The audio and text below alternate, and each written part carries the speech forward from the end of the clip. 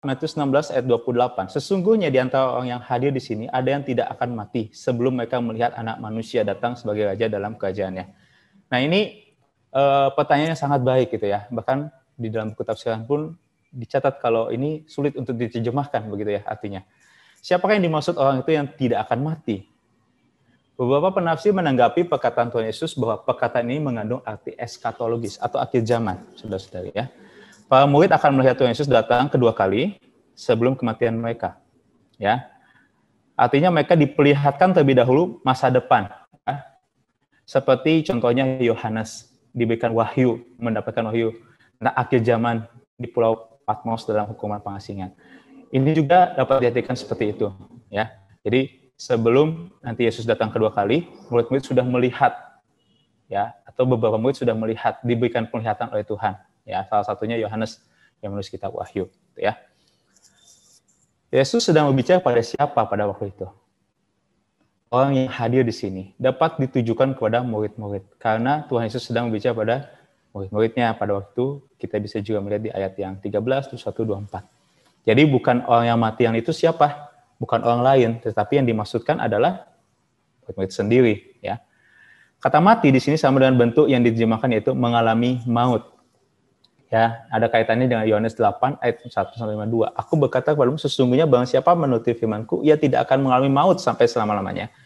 Kata orang Yahudi, kepadanya sekarang kami tahu bahwa engkau kerasukan setan, sebab Abraham telah mati dan demikian juga nabi-nabi. Namun engkau berkata, barang siapa menuruti firman-Ku, ia tidak akan mengalami maut sampai selama-lamanya. Artinya apa? Orang yang menuruti firman-Ku, yaitu yang disampaikan Tuhan Yesus adalah murid-muridnya, ya. Maka dapat juga ditafsirkan mati di sini adalah kematian kekal atau penghukuman. Tuhan Yesus akan datang terlebih dahulu untuk kedua kali. Baru setelah Yesus datang kedua kali akan ada penghukuman atau kematian sesungguhnya. Ya, kita hari ini mengalami kematian. Tetapi kematian kita ini belum selesai karena segala sesuatu belum selesai karena ketika Yesus datang kedua kali baru ada penghukuman, begitu ya.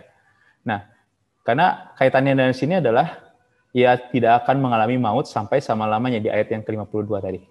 Siapa menuruti firman? Artinya apa? Orang yang percaya. Ya, tidak mengalami hukuman. Oke. Lalu, tapi ada pandangan lain juga tentang kematian murid-murid dan kedatangannya. Dikatakan bahwa kedatangannya sudah dekat, sehingga ada beberapa orang yang hadir pada saat itu bersama-samanya tidak akan mati sebelum mereka melihat hal itu. Ya. Setelah itu mereka akan mencicipi kematian dan artian salib Kristus. Salib Kristus yang dimaksudkan adalah penganiayaan jemaat mula-mula yang disebut para martir. Jadi ketika Yesus mati, ya, lalu dibangkitkan naik ke surga, pada saat itu murid-murid belum mengalami penganiayaan. Tapi setelah itu sudah melihat daripada kerajaan surga, mana Yesus bangkit dan kuasanya mengalahkan maut, baru mereka mencicipi kematian, ya artinya salib Kristus, penganiayaan. Ya, kedatangan di sini juga menunjuk kepada kedatangan Kristus melalui pencurahannya, penanaman jemaat Injil, kehancuran Yerusalem, serta dirampasnya negeri dan tersingkirnya bangsa Yahudi. Kemudian banyak orang yang masih hidup pada waktu itu menyaksikan jemaat Tuhan didirikan sebagai tanda kerajaannya. Jadi ada yang dianiaya, ada yang mati dan sebagainya, tapi ada yang hidup dan menjadi saksi, bahkan menjadi tokoh kebangunan dan membangunkan jemaat Tuhan yang disebut tanda kutip kerajaan Tuhan sesungguhnya.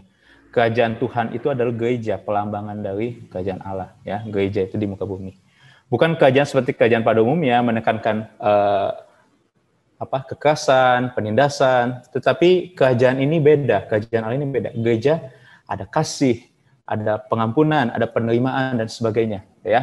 Itu adalah kerajaan kasih Allah. Jadi gereja adalah pelambangan dari kerajaan Allah di muka bumi. Oke. Di mana gereja yang menjadi kepalanya, yang jadi tuannya adalah Allah itu sendiri, ya, Tuhan Yesus.